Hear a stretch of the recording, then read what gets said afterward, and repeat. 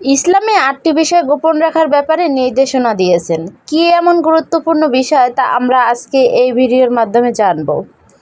এমন কোন বিষয় আছে যা পরের কাছে অন্যের কাছে আল্লাহ নবীজি সাল্লাল্লাহু আলাইহি সাল্লাম বলতে নিষেধ করেছেন। ইসলামে এই ৮টি বিষয় আমরা গোপন রাখার চেষ্টা করব ইনশাআল্লাহ। আমরা কারোর কাছে বলবো না, যদি বলি তাহলে আমাদের অবশ্যই ক্ষতি হবে। এই কথা আল্লাহ রব্বুল আলামিন বলেছেন, রাসূল সাল্লাল্লাহু আলাইহি সাল্লাম বলেছেন। ১ নম্বর যে বিষয়, নিজের গুনাহগুলো অন্যকে বলা যাবে না। নিজের যে গোপন যে গুনাহগুলো আছে ওগুলো কাউকে প্রকাশ করা যাবে না।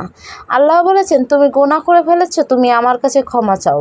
তুমি অন্য কারোর কাছে প্রকাশ করেছো মানে তার শাস্তি তোমাকে দুনিয়ায় পেতে হবে। তাই আমরা এই কাজটা থেকে বিরত থাকব। নিজের গুনাহগুলো, নিজের দোষ ত্রুটিগুলো অন্যকে বললে তা নিয়ে সুযোগে মানুষে সদ্ব্যবহার করে, খোঁটা দেয়। দ্বিতীয় নম্বর হচ্ছে, অন্য মানুষের গুণগুলো নিয়ে আলোচনা করব না। অন্য কি করলো, অন্য কি খাইলো, কীভাবে চললো, কে কীরকম দেখতে, এগুলো নিয়ে সমালোচনা করব না এবং অন্য কারোর সাথে বলে বেড়াবো না, যাকে বলে গীবত। আল্লাহ বলেছেন, গীবত যে করলো সে মৃত ভাইয়ের মাংস খেলো। তাই আমরা অন্যের দোষ ত্রুটি থেকে দূরে থাকব। ৩ নম্বর যে বিষয়, আমরা যে খারাপ স্বপ্ন দেখি এগুলো কারোর কাছে শেয়ার করব না। আমরা যে স্বপ্ন দেখি তার জন্য আল্লাহর কাছে পরিত্রাণ চাইব, আল্লাহর কাছে ক্ষমা চাইব। আমরা যে খারাপ স্বপ্ন দেখেছি আল্লাহ যেন খারাপ স্বপ্নটা ভালো স্বপ্নতে পরিণত করে দেয়। ৪ নম্বর যে বিষয়, স্বামী স্ত্রীর মধ্যে অনেক ঝামেলা হয়, ঝগড়াঝাটি হয়, দোষ গুণ থাকে, এগুলো মানুষের কাছে প্রকাশ করব না। তাহলে অন্য মানুষগুলো আমাদের দুর্বলতার সুযোগ নিয়ে বিচ্ছেদ ঘটানোর চেষ্টা করবে। এই জন্য আমাদের স্বামী স্ত্রীর কথা, দোষ গুণ ত্রুটি কারোর কাছে প্রকাশ করব না। ৫ নম্বর বিষয়, দাম্পত্য জীবনে যে অন্তরঙ্গ জিনিস, কথাগুলো কারো কাছে প্রকাশ করব না। বৈবাহিক জীবনে ভালো হোক খারাপ হোক এগুলো কারো কাছে শেয়ার করব না। ৬ নম্বর যে বিষয়গুলো, আমাদের ফ্যামিলির কথা কারো কাছে প্রকাশ করব না। নিজেদের কথা নিজেদের কাছে রাখবো। শ্বশুর বাড়ির কথা বাপের বাড়ি বলবো না, বাপের বাড়ির কথা শ্বশুর বাড়ি প্রকাশ করব না।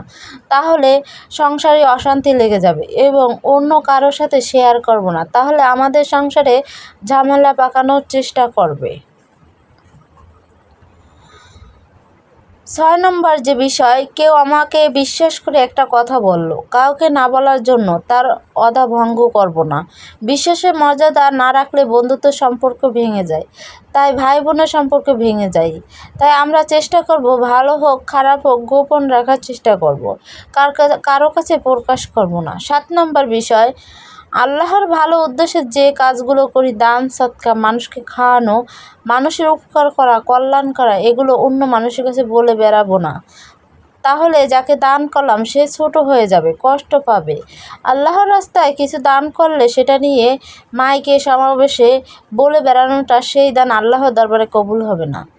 দান করতে হবে গোপনে। ৮ নম্বর বিষয়, এটা হচ্ছে গুরুত্বপূর্ণ বিষয়। এই বিষয়গুলো কখনো কারোর সাথে শেয়ারই করবেন না। আমরা এগুলো না বললে আমাদের ভালোই লাগে না, এগুলো আমরা বলেই থাকি। এগুলো বলার জন্য আমরা ক্ষতি সম্পন্ন তো হই।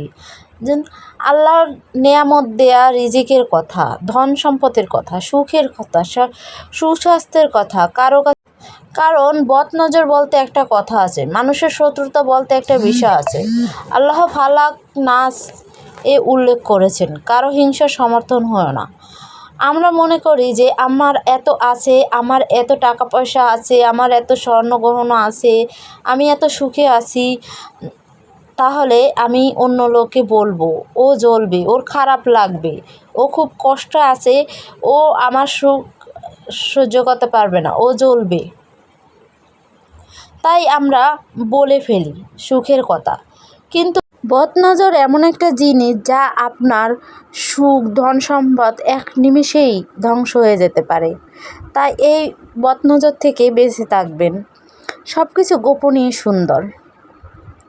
আল্লাহ তাআলা আমাদের ইসলামে যে 8টি বিষয় গোপন রাখতে বলেছে, আমরা অবশ্যই এগুলো গোপন রাখার চেষ্টা করব ইনশাআল্লাহ।